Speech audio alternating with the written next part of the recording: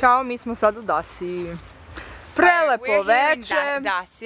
Koliko je sad sati? 1 ujutru? Yes, it's 1 a.m. literally, p.m. I don't know. Evo da... It's 1 o'clock after midnight, and there is not a soul in Dacia city. Evo, jedino što se čuje, to smo mi, bolesnice, paćenice, što smo završile u ovom gradiću. Evo, ništa, apsolutno ništa. Duž cijele obale. Evo, preletna atmosfera. Ajde, kreći. Samo talasi se čuju. I sove.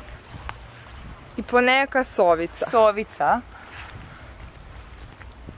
So, if they tell you that Dacia has a nightlife, they're lying. Maybe our nightlife.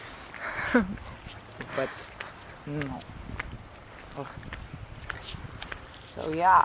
Čuti donji da se čuje tišina. Da se čuje ova galama, buka. Gori Dacia. Čuti, moraju da dočaramo ovu tišinu.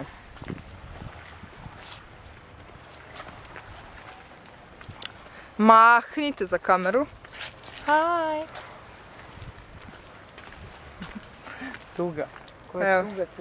Ovo je mjesto gdje nemate gdje otići, ali se zato možete besplatno družiti sa ježevima, sovom i dečevima.